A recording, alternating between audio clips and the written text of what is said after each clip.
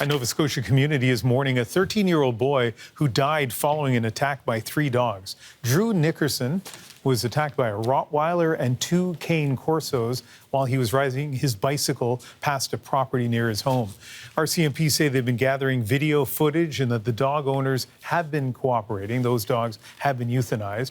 Police are still investigating and have not laid charges and haven't said whether they will lay charges. So we brought in Rishi Gill, a former Crown prosecutor here in British Columbia. And I know you don't know the details of the case in Nova Scotia, but we thought it would be interesting to have somebody with some expertise in criminal law take us through the issues. I'm sure there are people who are thinking, these 3 dogs attack and kill a 13-year-old. Clearly, the owners are criminally responsible. But what are the issues that prosecutors would have to look at here? I think it's a tragedy. I know the basic facts of this matter, but I think what a prosecutor would have to look at is, did they meet the criminal standard of liability? That's a much higher threshold. In this case, there's 2 ways you could go about a criminal prosecution. One would be criminal negligence causing death, which would be if it was going to be a criminal prosecution. And quite frankly, I think that's going to be not quite as simple as people might think as a decision. Or the most extreme version would be manslaughter, where you're intending actually to cause harm.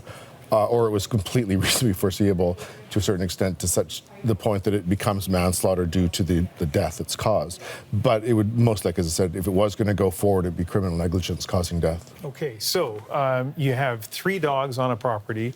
You have a kid going by on a bicycle who gets attacked by those dogs. That's about all we know in terms of the details of this case. Police apparently do have video, though, security camera video, so they can tell kind of the specific circumstances. Sure.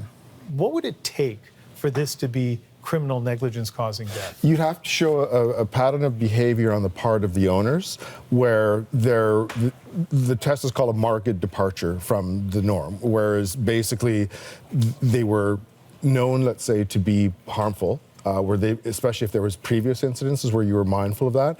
They were of a certain type of breed of dog where you should know that there would have to be higher standards of care.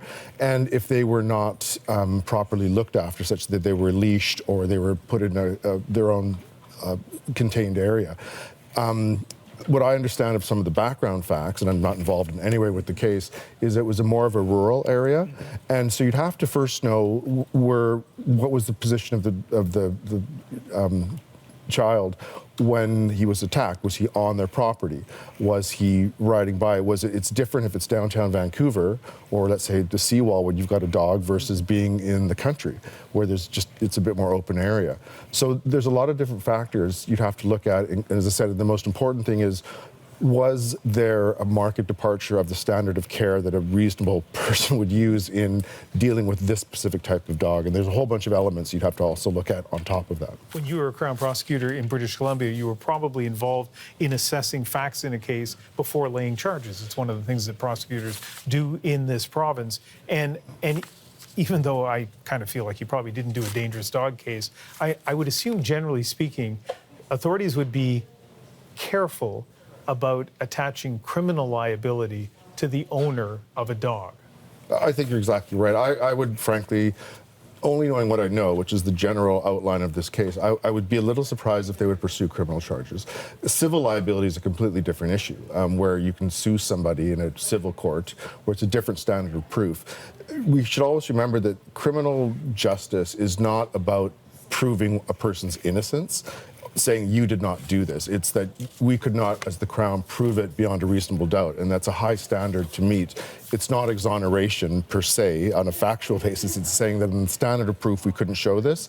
And on a type of case like this, I think I can say that if I was defending the case, I think I would have a lot to work with.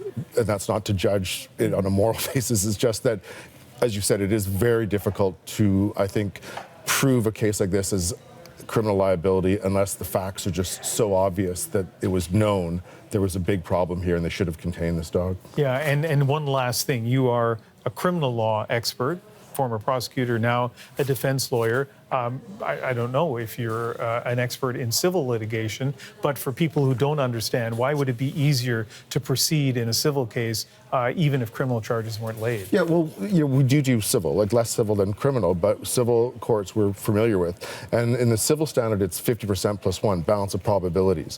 Where in a criminal court, as I said, because of that is the utmost serious law you can use is the criminal sanction. I mean, I'd rather be a bankrupt than have a criminal record. And bankruptcy is a civil proceeding. So in this case, when you're subject to the criminal law, the standard of proof is very, very high, and the parties' positions are much different. It's the state versus the individual. It's the king versus the individual, and the person who is being charged has an absolute right to remain silent. It is the Crown's obligation to show and prove all the evidence, and you could not say a thing in a criminal court and still be acquitted.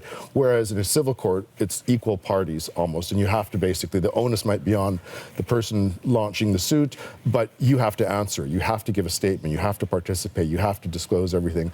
And I think in this case, if there was going to be something, there would be a civil suit potentially.